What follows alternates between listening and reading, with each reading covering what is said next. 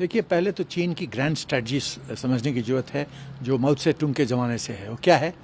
1 palm 5 finger strategy. और fingers क्या क्या हैं? सिक्किम, भूटान, नेपाल, अरुणाचल प्रदेश और लद्दाख। अरुणाचल प्रदेश एक फिंगर है 5 फिंगर में से। उसको तिब्बत को तो ले लिया, अब 5 फिंगर को चीन लेना चाहता है।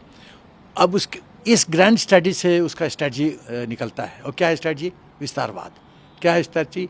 2 कदम आगे 1 कदम पीछे। और क्या स्ट्रेटजी है? सलामी स्लाइसिंग टेक्निक। ये सब उसकी स्ट्रेटजी है।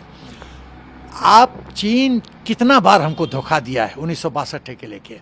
पंचशील हुआ, क्या हुआ? सम्मान हुआ। 1996 का एग्रीमेंट, 2012 का WMCC, स्पेशल रिप्रेजेंटेटिव मैकेनिज्म, उस पर कोई फ़र्क पड़ा? कोई फ़र्क नहीं पड़ा। तो चीन की जो सोच है, उसके सोच में कोई परिवर्तन नहीं आएगा। तो हमको क्या करना चाहिए? मेरी अपनी जो सोच है, और हो सकता है कुछ लोग मेरे से डिफ़र करें, कि वक्त आ गया है कि अब अभी तक हम लोग रिएक्शन कर रहे थे। चीन घुसता है, हमारी सेना मजबूत है, उसको फेंक देती है पीछे। लेकिन अब हमको ऑफेंसिव मोड में आना चाहिए, मेरी सोच है। कैसे?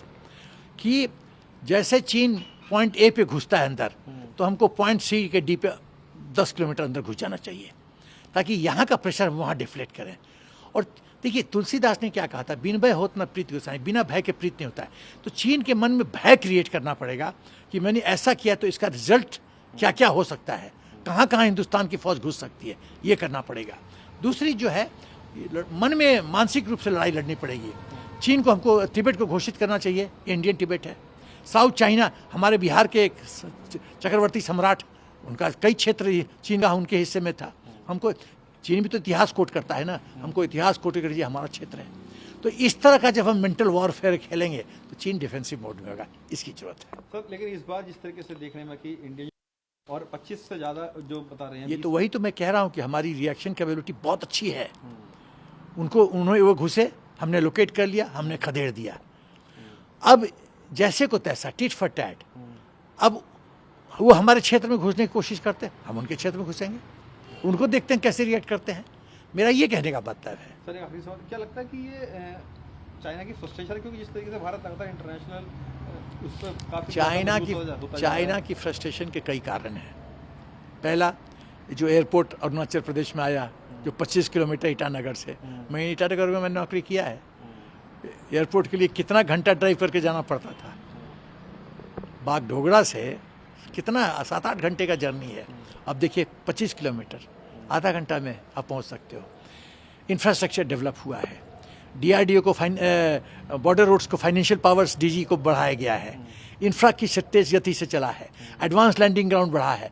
मोदी जी का अंतर्राष्ट्रीय स्तर पर छवि, मोदी जी की G20 की प्रेसिडेंसी, मोदी जी की SCO की प्रेसिडेंसी, मिस्टर बाइडेन दूर से प्रणाम करते हैं। और वो जैसे गांव में हम बड़े बूढ़े को प्रणाम करते थे, वो आशीर्वाद देते थे, मोदी जी आशीर्वाद मुद्रा में हैं। तो ये सब क्या दिखाता है? हिंदुस्तान का बढ़ता हुआ कद। जो चीन चाहता था हिंदुस्तान को कमज़ोर करो, और साउथ एशिया में पहले अपना पूरा हुकूमत दबाव बनाओ, फिर विश्व पे राज करो, वर्ल्ड पावर नंबर 1 बनो। वो जानता है साउथ एशिया में सिर्फ और विश्व में सिर्फ एक देश है जो उसको चुनौती दे सकता है, जो हमने गलवान में साबित किया। तो ये चीन का भय है। ये भय उसको प्रेरित करता है कि शैडो बॉक्सिंग करते रहो। लेकिन अब वक्त आ गया शैडो बॉक्सिंग का नहीं, हम शैडो बॉक्सिंग नहीं करेंगे, हम उसको नॉकआउट पंच देंगे।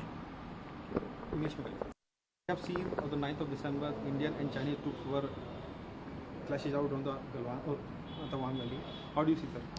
You see, this is manifestation of grand strategy of Mao Zedong.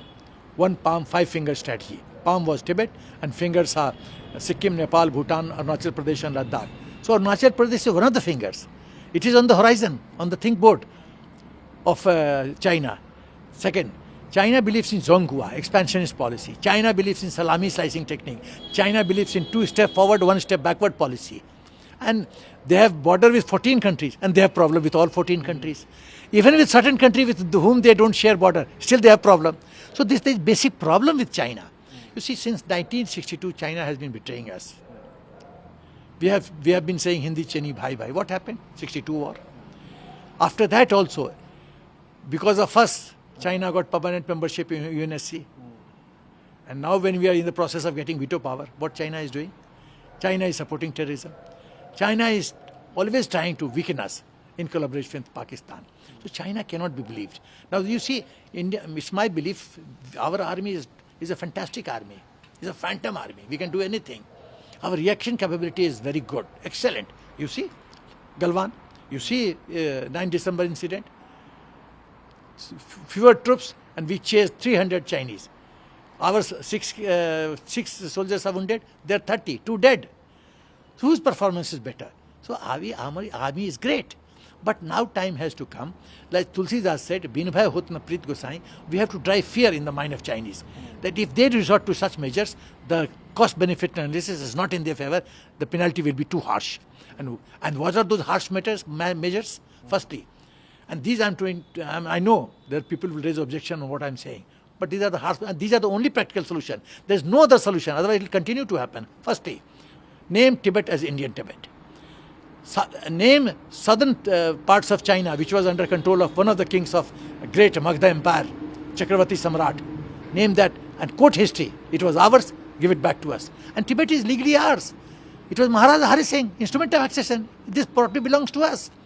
Thirdly, the moment they try to enter our area, we should get into their area. China-India border is 3,488 kilometers. There are gaps. If they enter at point B, let's enter at point C, D. If they enter 2 kilometers, let's get into it 10 kilometers. This is the way we will balance it out. And we'll drive a message to China that you misbehave and the penalty will be very harsh. That's the only way, otherwise there is no way. Since 62 you have seen, there's no change in the attitude and behavior. There will be no change in DNA of China. I'm convinced. So in Sanskrit there's a slok, Satham Satyam Man Samacharet. So, the people who understand a particular language, they have to be taught in that language. Strong message should be given. Strong message, very strong. Exemplary message. So that next time, China should think 1,000 times before resorting to such measures again. Thank you, sir.